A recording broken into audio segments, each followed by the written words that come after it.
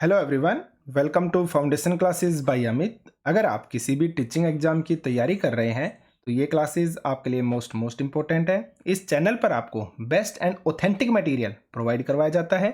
इसलिए अगर आपने चैनल को सब्सक्राइब नहीं किया है तो चैनल को सब्सक्राइब कर लें, बेल आइकन पर प्रेस कर ऑल नोटिफिकेशन को आप ऑन कर दें। अगर आपको किसी तरह का कोई डाउट है, कोई इश्यू है, कुछ पूछना चाहते हैं तो आप इस कॉन्टैक्ट नंबर पर व्हाट्सएप मैसेज कर सकते हैं। साथ में जो टेलीग्राम ग्रुप है उसको आप ज्वाइन कर लीजिए। टेलीग्राम ग्रुप का जो लिंक है वो आपको वीडियो के डिस्क्रिप्शन में मिल जाएगा। तो चलिए फिर स्टार्ट करते हैं। देखिए, हमारी जो एप्लीकेशन है ना, फाउंडेशन क्लासेस बाय अमित, वो भी हमारी लॉन्च हो चुकी है। ठीक है, अब हम उसमें करने क्या वाले हैं तो देखिए, सीटेट पीआरटी दिसंबर 2023, आपको पता है जल्दी ही आपकी नोटिफिकेशन आने वाली है। अगर आप ये सोच रहे हैं ना कि नोटिफिकेशन आ जाएगी तब हम तैयारी स्टार्ट करेंगे, तो सर ऐसा नहीं करना है आपको। आप समय से अपनी तैयारी को स्टार्ट कर दीजिए। जैसा कि आपको पता है, अब की बार भी जब रिजल्ट आया था ना तो कितना डाउन रिजल्ट था। तो प्रिपरेशन आप 2 महीने में नहीं कर पाएंगे, आपको प्रिपरेशन करने के लिए समय चाहिए। ठीक है, तो आप जुड़िए और आपको करना क्या है मैं आपको बताता हूँ। देखिए, जैसे ईवीएस है, हम एकदम बेस्ट तरीके से करेंगे। पीवाईक्यू प्लस में मॉक टेस्ट प्लस में थ्योरी और प्रैक्टिस सेट ही प्रैक्टिस सेट आपकी बहुत ही बेस्ट तरीके से प्रिपरेशन करवाई जाएगी। मैथमेटिक्स के लिए भी सेम, हम पीवाईक्यू, मॉक टेस्ट प्लस में थ्योरी एकदम बेहतरीन तरीके से हम मैथमेटिक्स को कवर करेंगे। इसी तरह से हम साइकोलॉजी को, हिंदी को, इंग्लिश को, हर एक सब्जेक्ट को बेस्ट तरीके से हम स्टार्ट करने वाले हैं। आपको इसके लिए करना क्या है तो आपको सबसे पहले हमारी जो एप्लीकेशन है फाउंडेशन क्लासेस बाय अमित, इसको डाउनलोड करना है। एप्लीकेशन का लिंक मैंने आपको बता दिया। इस वीडियो के डिस्क्रिप्शन में आपको एप्लीकेशन का लिंक मिल जाएगा। जैसे आप एप्लीकेशन को डाउनलोड करते हैं, आपको जाना है यहाँ पे। देखिए, जैसे आप ओपन करेंगे ना, आपके सामने ये इंटरफेस आ जाएगा, ये वाला इंटरफेस। यहाँ पे आप नीचे देखिए, यहाँ पे आपको चैट का ऑप्शन दिखाई दे रहा है, तो आपको चैट के ऑप्शन पे क्लिक करना है। जैसे ही आप क्लिक करते हैं आपके सामने इस तरह का इंटरफेस ओपन होगा। यहाँ पे आपको ये दिखाई दे रहा है ना, यहाँ पे ये आपको इस पे क्लिक करना है, अमित सर पे। यहाँ पे जैसे ही आप क्लिक करते हैं आपको सिर्फ और सिर्फ इतना लिखना है, सीटेट 2023। ठीक है, जैसा ही आप लिखते हैं मुझे मैसेज मिल जाएगा और मैं आपको जो हमने सीटेट का ग्रुप बना रखा है ना, वहां पे मैं आपको ऐड कर दूंगा, जहां पे आप आपस में डिस्कशन भी कर सकते हैं और काफ़ी चीज़ें आप शेयर कर सकते हैं एक दूसरे के साथ, और हमारी जो प्रिपरेशन है वो बेस्ट तरीके से स्टार्ट हो जाएगी। देखिए, किसी भी एग्जाम को क्रैक करने के लिए है ना, सबसे पहले तो पीवाईक्यू और प्लस में थ्योरी, दोनों चीज़ें इंपॉर्टेंट होती हैं। पीवाईक्यू मैं आपको यूट्यूब पे करवा रहा हूँ, थ्योरी क्लासेस आपको हमारी ऐप के अंदर मिलेंगी। इसलिए आप ऐप को डाउनलोड कर लेना और अपनी तैयारी को अभी से आप स्टार्ट कर दीजिए। तो चलिए फिर आज के सेशन को स्टार्ट करते हैं। देखिए, जो ये क्वेश्चंस हैं ये सभी आपके प्रीवियस ईयर क्वेश्चंस हैं, यानी कि पीवाईक्यू हैं। अगर पहले आ चुके हैं तो आप डेफिनेटली मानिए आगे भी आएंगे। जब मैंने अगस्त 2023 के अंदर ईवीएस को करवाया था तो मैंने क्लियरली बोल दिया था कि इनसे बाहर एक सीधा एक क्वेश्चन भी मैं नहीं जाने दूंगा। तो आप देख सकते हैं एक सिंगल क्वेश्चन भी मेरी कराई हुई थ्योरी से बाहर नहीं था, मेरी करवाई गई क्लासेस से बाहर नहीं था। ठीक है, तो चलिए फिर सेशन को हम स्टार्ट करते हैं। देखिए, फर्स्ट क्वेश्चन है आपका, जो पशु अंडे देते हैं उनकी निम्नलिखित विशेषताएं क्या होती हैं। तो देखिए आप, उनके बाहरी कान एवं शरीर पर बाल होते हैं, उनके आंतरिक कान होते हैं एवं शरीर पर बाल नहीं होते हैं, उनके बाहरी कान होते हैं और शरीर पर बाल नहीं होते हैं, और या फिर उनके आंतरिक कान एवं शरीर पर बाल होते हैं। तो यहाँ पर जो आपका करेक्ट आंसर होगा, आंसर नंबर बी होगा। उनके आंतरिक कान होते हैं एवं शरीर पर बाल नहीं होते। कौन से? जो पशु आपके अंडे देते हैं, याद रखना है आपको। अब मैं आपको एक्सप्लेनेशन दिखा देता हूँ कि पक्षी, छिपकली, मगरमच्छ के छोटे छोटे छेद जैसे कान होते हैं जो आपको दिखाई नहीं देते हैं, जिनकी मदद से वो सुनते हैं। जानवरों की खाल पर जो डिजाइन बने होते हैं ना, वो जानवरों के शरीर पर बाल के कारण होते हैं। किस वजह से होते हैं? जानवरों के शरीर पर जो बाल होते हैं उन बालों के कारण उनकी खाल के ऊपर डिजाइन बने होते हैं। जिन जानवरों के, देखिए ये दोनों मोस्ट इंपॉर्टेंट हैं और आपके पूछे जा चुके हैं, ये सारे क्वेश्चन आपके प्रीवियस ईयर हैं, तो आप समझ सकते हैं कितने ज्यादा इंपॉर्टेंट है। तो जिन जानवरों के कान बाहर दिखाई देते हैं उनके शरीर पर बाल होते हैं और वे बच्चों को जन्म देते हैं। जैसे मनुष्य हो गया, कान आप आसानी से देख सकते हैं, शरीर पे बाल भी होते हैं और हम क्या करते हैं? बच्चों को जन्म देते हैं। लेकिन जिन जानवरों के कान बाहर दिखाई नहीं देते उनके शरीर पर बाल नहीं होते और वे क्या करते हैं, वे अंडे देते हैं। और यही क्वेश्चन के अंदर पूछा था कि जो पशु अंडे देते हैं उनकी विशेषताएं कौन सी हैं, तो उनके आंतरिक कान होते हैं, शरीर पर बाल आपके नहीं होते और वो क्या करते हैं, अंडे देते हैं। याद रखिएगा आप। नेक्स्ट क्वेश्चन की तरफ चलते हैं। सोना की सहेली तारा मिजोरम से है। तारा को हिंदी बोलने में परेशानी होती है क्योंकि मिजोरम में बोली जाने वाली प्रमुख भाषाएं कौन सी हैं। अब देखिए, खासी और असमी, तो ये तो कहाँ पे है, आपकी असम के अंदर हो गई। आपकी मिजो, लुसाई, कुकी, ये होती है आपकी मिजोरम के अंदर।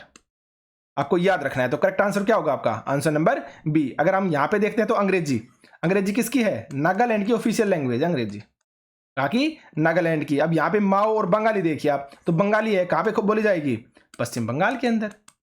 ठीक है, तो ये सारी की सारी चीजें आपको याद रखनी है। आपका आंसर क्या होगा, आंसर नंबर बी। एक्सप्लेनेशन को देखते हैं हम। देखिए भाषाएं, अगर आपसे मलयालम भाषा पूछी जाती है तो आप बताएंगे केरल के अंदर। कोंकणी कहाँ पे बोली जाती है, गोवा में। तमिल भाषा तमिलनाडु के अंदर। तेलुगु आपके आंध्र प्रदेश में। कन्नड़ कर्नाटक के अंदर। मराठी भाषा महाराष्ट्र के अंदर। गुजराती गुजरात में। और कुड़ुक भाषा कहाँ पे, आपकी झारखंड में। और कुड़ुक भाषा के अंदर तोरांग। तोरांग का मतलब क्या होता है, आपके जंगल। हम पहले ही कर चुके हैं, जो आपके सूर्यमणि से जो चैप्टर है सूर्यमणि, वहां से उठाया गया करेक्टर है ये। ठीक है, आगे बढ़ते हैं।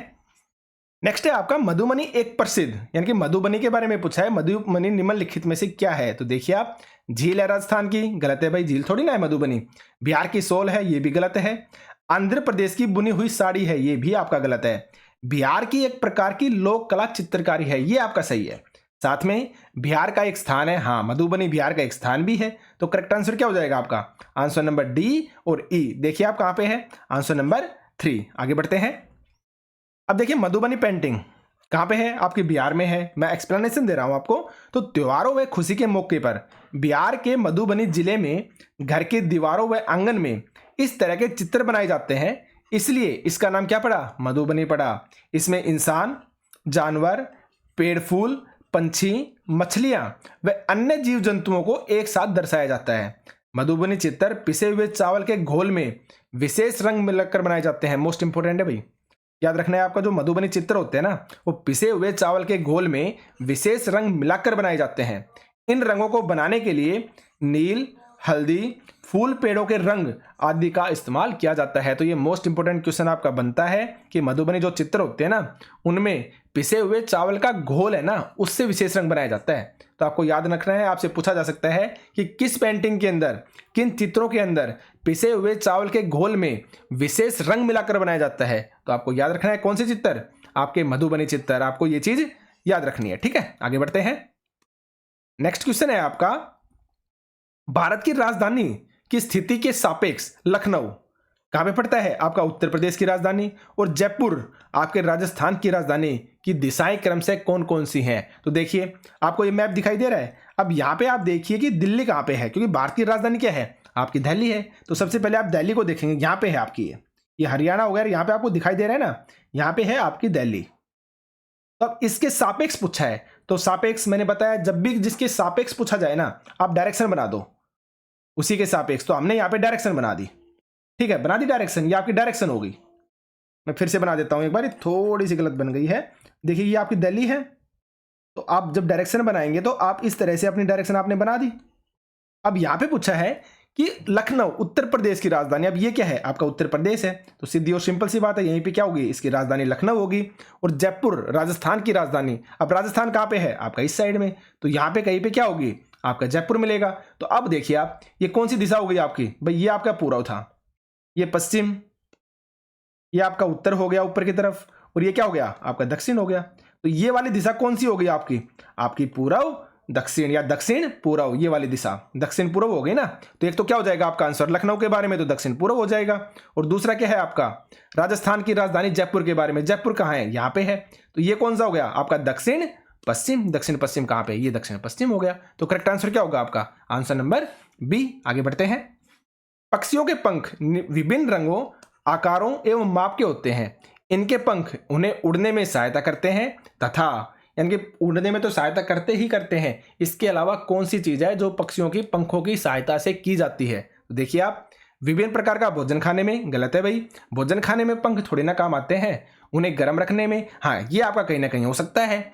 विभिन्न तरीकों से चलने में, तो पंख चलने में काम नहीं आते, वो तो पैर आएंगे, और उन्हें जल रोधक रखने के अंदर, हाँ ये आपका हो सकता है कि जल रोधक रखने में भी काम आएंगे। तो इसमें से करेक्ट आंसर आपका क्या हो जाएगा, बी और डी, यानी कि आंसर नंबर क्या हो जाएगा, बी आपका करेक्ट आंसर हो जाएगा। आगे बढ़ते हैं। देखिए आपको क्या याद रखना है कि अलग अलग रंगों व डिजाइन के होते हैं पक्षियों के पंख, पंख उड़ने में मदद करते हैं, क्वेश्चन में भी गिवन है। पंख पक्षियों के शरीर को गर्म रखने में मदद करते हैं, ये भी आपका क्वेश्चन में गिवन है। समय समय पर पुराने पंख झड़ जाते हैं और नए पंख आ जाते हैं। जलरोधक यानी कि तैरने वाले पक्षियों के लिए जल को पीछे हटाने व तैरने में मदद करते हैं आपके पंख, तो इसको बोला जाता है जलरोधक। तो देखिए मैं आपको हर क्वेश्चन का प्रूफ दिखाते हुए चल रहा हूं, ये हमारी थ्योरी क्लासेस हैं, तो थ्योरी क्लासेस में इन चीज़ों को मैं बहुत ही बेस्ट तरीके से एक्सप्लेन करूंगा, क्योंकि अभी मैं आपको पीवाईक्यू करवा रहा हूं, तो पीवाईक्यू थ्योरी के अंदर नहीं आता है। पीवाईक्यू के अंदर जितनी चीज़ें मैं आपको बता सकता हूं ना, इसी तरीके से बता पाऊंगा, लेकिन इनका जो थ्योरी है ना, इनकी जो एक्सप्लेनेशन है वो हम बेस्ट तरीके से करने वाले हैं। तो इसके लिए आप एप्लीकेशन को डाउनलोड करके रखिए, ठीक है। आगे बढ़ते हैं।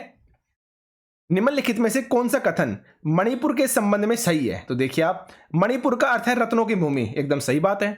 लावणी मणिपुर का लोक नृत्य है, गलत है भाई, लावणी कहाँ का है, आपके महाराष्ट्र का है, इसलिए तो आपका गलत हो गया।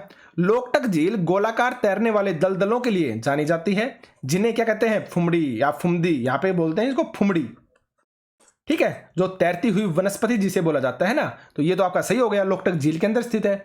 मणिपुर बांस के उत्पादों का सबसे बड़ा उत्पादक है, ये भी आपका गलत है। तो यहाँ पे करेक्ट आंसर क्या हो जाएगा आपका, आंसर नंबर ए और आंसर नंबर सी। तो देखिए कहाँ पे आपका ए और सी, यानी कि आंसर नंबर क्या हो जाएगा आपका, डी आपका करेक्ट आंसर हो जाएगा, ठीक है। आगे बढ़ते हैं। नेक्स्ट क्वेश्चन है आपका, कार्य ऐसी चीज है जिसे हम खालिस्तान के लिए करते हैं, यश कमाने के लिए, गलत है भाई, कार्य को यश कमाने के लिए थोड़ी ना किया जाता है, मनोरंजन के लिए, ये भी आपका गलत है। स्वयं को और अन्य लोगों को सहारा या भरण पोषण देने के लिए ना अपना पेट भर सकते हैं, ये भी आपका सही है। और ऊर्जा बचाने के लिए, ये आपका गलत है। तो करेक्ट आंसर क्या होगा आपका, केवल और केवल आंसर नंबर सी हो जाएगा आपका करेक्ट आंसर। ना तो काम आप यश कमाने के लिए करते हैं, ना आप मनोरंजन के लिए करते हैं, ना आप ऊर्जा बचाने के लिए करते हैं। जो कार्य करने की जो बेसिक नीड होती है ना, जो सबसे ज्यादा जरूरी है, जो कंपलसरी है, हर कोई इसके लिए ही काम करता है, वो क्या है, उसको समय पर खाना मिल सके, उसका पेट भर सके, उसका भरण पोषण हो सके। तो स्वयं को और अन्य लोगों को सहारा या भरण पोषण देने के लिए हम कार्य करते हैं। तो करेक्ट आंसर क्या होगा आपका, आंसर नंबर सी। आगे बढ़ते हैं। हाथियों के झुंड के बारे में निम्नलिखित में से कौन सा सही है। देखिए मैं आपको इतनी बार बता चुका हूं, ये इतना इंपॉर्टेंट क्वेश्चन है, अब की बार भी आपका आया था, हर बार ये क्वेश्चन पूछा जाएगा ही जाएगा, और इससे रिलेटेड कुछ ही फैक्ट हैं जो आपको याद रखने हैं।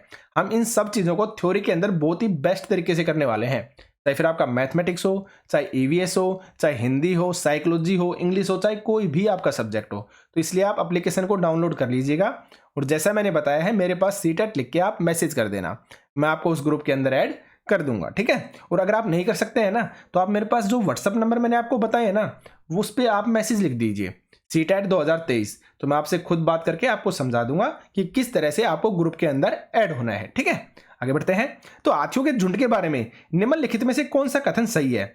उनके झुंड में हमेशा 2 या उससे अधिक नर हाथी होते हैं, गलत है भाई, ऐसा नहीं है भाई। उनके झुंड में सारे नर हाथी होते हैं तथा हाथी के बच्चे मादा हाथियों के साथ रहते हैं, ये भी आपका गलत है, ऐसा नहीं होता है। नर हाथी झुंड के साथ 14-15 वर्ष की आयु तक रहते हैं, हाँ ये आपका सही है। और उनके झुंड में केवल मादाएं तथा हाथियों के बच्चे रहते हैं, ये भी आपका सही है। तो करेक्ट आंसर क्या हो जाएगा आपका, आंसर नंबर सी, यानी कि सी एंड डी आपका करेक्ट आंसर। आगे बढ़ते हैं। अब देखिए हाथी के बारे में एक्सप्लेनेशन को देखिए आप, कि एक बड़ा हाथी एक दिन में 100 केजी से ज्यादा पत्ते खा सकता है। और जो अब की बार सीटेट में आपका क्वेश्चन पूछा था ना, यहाँ पे 100 की जगह 200 केजी दे रखा था, तो उस वजह से वो ऑप्शन जो था वो गलत हो गया था। राइट आंसर क्या आएगा आपका, 100 केजी से ज्यादा पत्ते खा सकता है। हाथी दिन में केवल 2 से 4 घंटे ही सोता है, ये भी आपका सही है। हाथी को पानी और कीचड़ में खेलना अच्छा लगता है। गर्मी लगने पर हाथी अपने कान हिलाकर हवा करते हैं, एकदम करेक्ट बात है। हाथियों के झुंड में केवल हथिनियां और बच्चे ही रहते हैं, ये भी आपका सही है। और झुंड की सबसे जो बुजुर्ग हथिनी होगी ना, वही आपके झुंड की नेता होगी। आपको याद रखना है, ये नेता से रिलेटेड क्वेश्चन भी आपका आ चुका है, तो आप इस क्वेश्चन को याद रखिएगा, ठीक है। आगे बढ़ते हैं। एक झुंड में 10 से 12 हथिनियां और बच्चे होते हैं, याद रखिएगा आप, काफी बार पूछा जा चुका है। हाथी 14-15 साल तक ही झुंड में रहते हैं।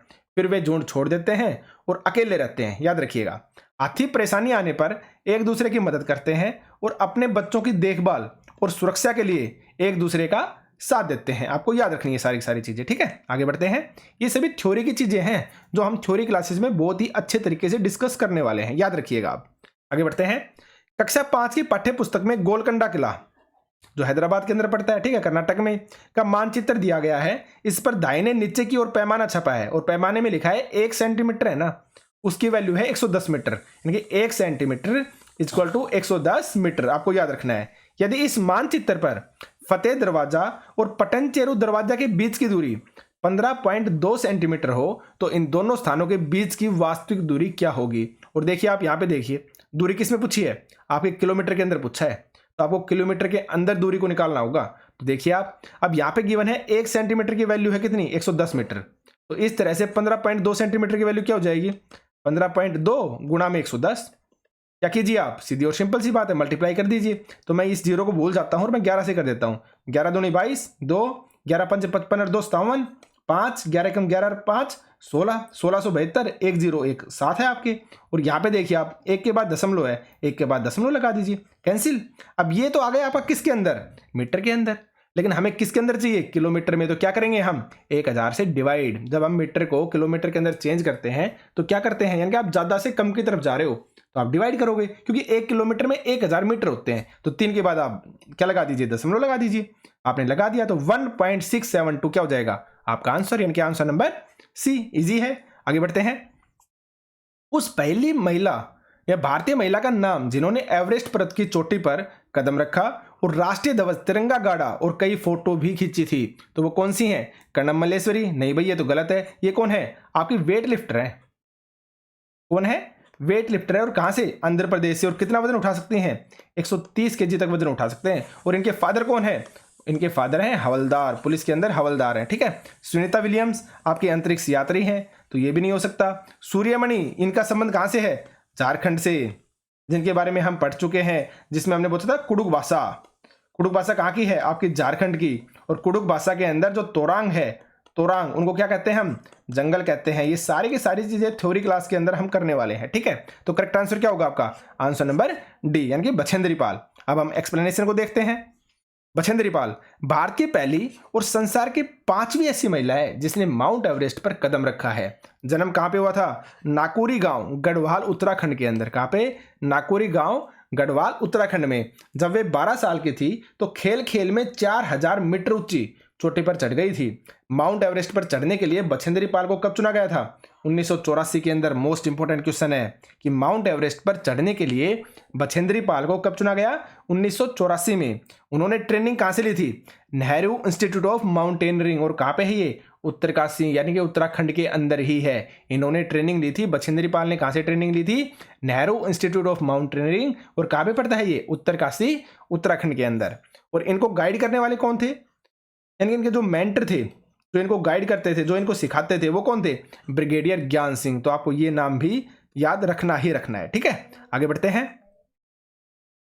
पेट्रोलियम तथा कोयले को अनवीकरणीय ईंधन कहा जाता है, क्यों, प्रदूषण फैलाते हैं, हाँ प्रदूषण तो फैलाते हैं। महंगे होते हैं, हाँ महंगे भी होते हैं। प्रभाजी आसवन के द्वारा प्राप्त किए जाते हैं, ये भी आपका सही है। लेकिन यहाँ पे मेन रीजन पूछा है कि हम इसको अनवीकरणीय ईंधन कहते क्यों हैं, तो वो मेन रीजन है आपका बनने में कई साल लगते हैं, इसलिए इसको बोला जाता है अनवीकरणीय, यानी कि दोबारा जल्दी से ये नहीं बन पाएंगे। तो यहाँ पे जो आपका करेक्ट आंसर होगा, आंसर नंबर डी हो जाएगा, ठीक है। आगे बढ़ते हैं।